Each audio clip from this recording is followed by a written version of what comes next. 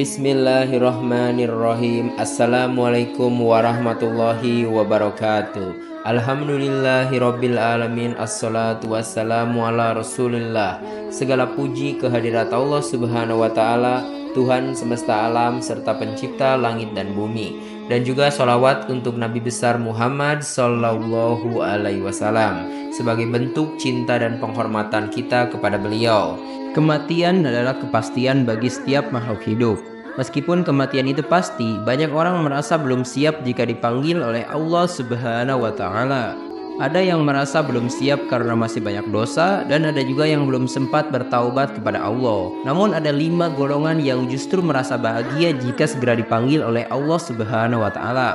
Di dalam sebuah hadis yang diriwayatkan oleh Imam At-Tirmidzi, Rasulullah Shallallahu Alaihi Wasallam menyebutkan bahwa ada beberapa orang yang akan berbahagia saat ajal menghampiri mereka, sebab melalui kematian mereka akan bertemu dengan Allah Subhanahu Wa Taala. Allah akan meneguhkan pendirian mereka di jalan yang lurus. Allah Subhanahu Wa Taala berfirman di dalam Al-Quran surah Fussilat ayat ke-30. Sesungguhnya orang-orang yang mengatakan Tuhan kami ialah Allah, kemudian mereka meneguhkan pendirian mereka, maka malaikat akan turun kepada mereka dengan mengatakan, janganlah kamu takut dan janganlah merasa sedih, dan bergembiralah mereka dengan surga yang telah dijanjikan Allah kepadamu. Nah, sekarang kita akan langsung aja ke golongan yang pertama, yaitu para pendosa yang bertaubat. Nah, itu tuh adalah mereka yang menyadari kesalahan dan dosa-dosanya, kemudian kembali kepada Allah dengan penuh penyesalan dan berjanji untuk tidak mengulanginya. Taubat yang sungguh-sungguh dapat menghapus dosa-dosa mereka dan membawa mereka kepada kebahagiaan saat ajal menjemput.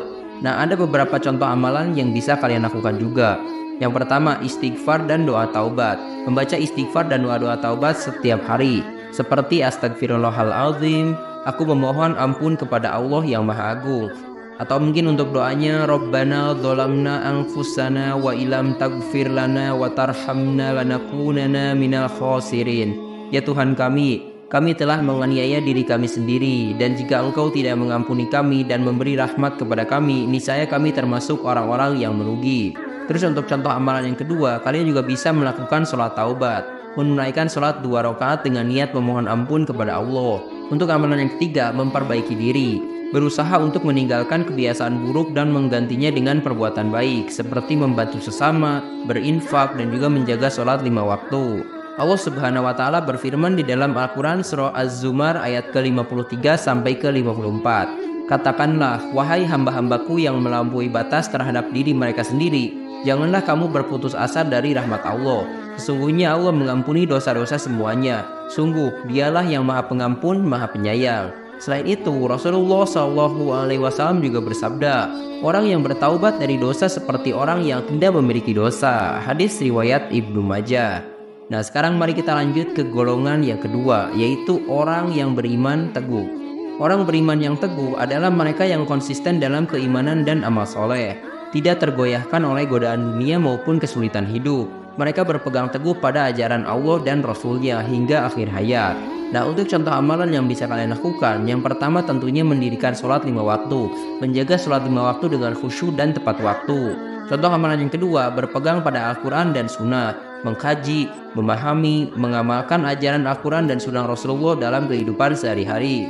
Contoh amalan yang ketiga, bersabar dan bertawakal, menghadapi ujian dan cobaan hidup dengan sabar dan bertawakal kepada Allah, seperti yang diajarkan dalam doa, Hasbunallah wa ni'mal wakil. Cukuplah Allah sebagai penolong kami dan Dia adalah sebaik-baiknya pelindung. Sekarang mari kita lanjut ke golongan yang ketiga, yaitu ulama yang menyebarkan ilmu dan kebaikan. Nah, hal ini tuh adalah mereka yang dengan tulus mengajarkan pengetahuan agama dan nilai-nilai kebaikan kepada umat manusia. Mereka tidak hanya menyampaikan ilmu, tetapi juga menjadi teladan dalam mengamalkan ajaran Islam. Nah, beberapa contoh amalan yang bisa kalian lakukan, ya tentunya yang pertama mengajar dan berdakwah. Aktif mengajar di masjid, sekolah, atau melalui media, serta berdakwah menyampaikan ajaran-ajaran Islam. Untuk contoh yang kedua, yaitu menulis buku dan juga artikel, seperti menulis buku, artikel, atau konten digital yang berisi ajaran agama dan motivasi kebaikan. Untuk contoh amalan yang ketiga, menjadi teladan dalam kehidupan sehari-hari, seperti mengamalkan ajaran agama dalam kehidupan sehari-hari sehingga menjadi contoh bagi masyarakat. Rasulullah SAW bersabda, Apabila anak Adam atau manusia wafat, maka terputuslah semua amalnya, kecuali 3 perkara, yaitu sedekah jariah, ilmu yang bermanfaat, dan anak soleh yang mendoakannya. Hadis riwayat Muslim. Nah, selain itu, Allah Subhanahu wa Ta'ala berfirman di dalam Al-Quran Surah Ali Imran ayat ke-104. Dan hendaklah di antara kamu ada segolong orang yang menyeru kepada kebajikan, menyuruh kepada yang ma'ruf dan mencegah dari yang munkar. Dan mereka itulah orang-orang yang beruntung. Nah, sekarang mari kita lanjut ke golongan yang keempat, yaitu zuhud, atau mereka yang menjauhi kenikmatan dunia dan tidak terikat padanya. Meskipun kenikmatan itu ada dalam jangkauan, orang yang zuhud lebih memfokuskan hidupnya pada akhirat dan mendambakan pertemuan dengan Allah Subhanahu wa Ta'ala. Mereka tidak berlebihan dalam menikmati dunia dan tidak bersedih jika kehilangan kenikmatan dunia. Contoh amalan yang bisa kalian lakukan, mungkin yang pertama seperti berinfak dan bersedekah. Menginfakkan harta kepada yang membutuhkan, meskipun dirinya mampu menikmati harta tersebut untuk kesenangan pribadi. Contohnya menyumbangkan sebagian besar pendapatan untuk membangun masjid atau membantu fakir miskin. Untuk contoh amalan yang kedua, yaitu menjaga kesederhanaan hidup. Hidup sederhana dan tidak berlebihan dalam hal makanan, pakaian, dan tempat tinggal. Contohnya seperti memilih pakaian yang sederhana dan cukup. Tidak perlu selalu mengikuti tren fashion yang terkini, apalagi yang mahal.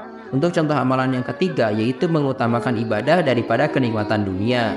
Lebih sering menghabiskan waktu untuk ibadah dan kegiatan yang bermanfaat daripada aktivitas yang hanya memberikan kesenangan duniawi. Contohnya lebih memilih menghadiri majelis ilmu atau mengaji daripada menonton hiburan yang berlebihan.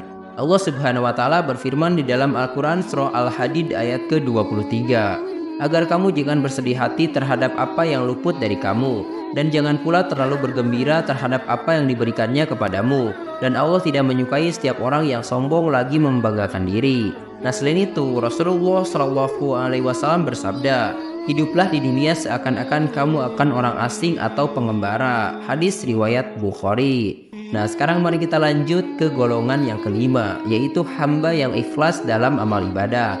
Ikhlas adalah merupakan amal ibadah semata-mata karena Allah tanpa mengharapkan pujian atau balasan dari manusia. Orang yang ikhlas beribadah dengan niat murni untuk mendapatkan ridho Allah dan mengikuti perintahnya. Nah, untuk contoh amalan yang bisa kalian lakukan, tentunya yang pertama itu sholat dengan khusyuk.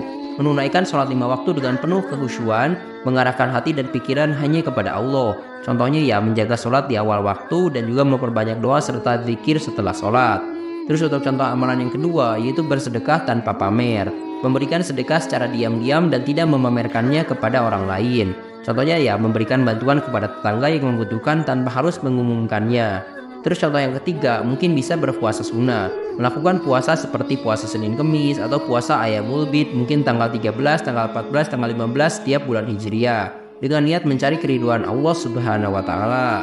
Allah Subhanahu wa Ta'ala berfirman di dalam Al-Quran Surah Al-Baqarah ayat ke-271. Jika kamu menampakkan sedekahmu, itu adalah baik sekali. Dan jika kamu menyembunyikannya dan kamu berikan kepada orang-orang fakir, maka menyembunyikannya itu lebih baik bagimu. Nah, selain itu, Rasulullah SAW juga bersabda, sesungguhnya Allah tidak menerima amal kecuali yang ikhlas dan mengharapkan ridhonya. Hadis riwayat An-Nasa'i. Terima kasih telah menyimak. Silahkan kirim dukungan kalian dengan klik tombol like, subscribe channel ini, dan bagikan juga ke teman-teman kalian. Semoga dengan membagikan itu kalian bisa mendapatkan pahala jariah dari video ini. Mohon maaf bila ada kesalahan. Wabillahi taufiq wal hidayah. Wassalamualaikum warahmatullahi wabarakatuh.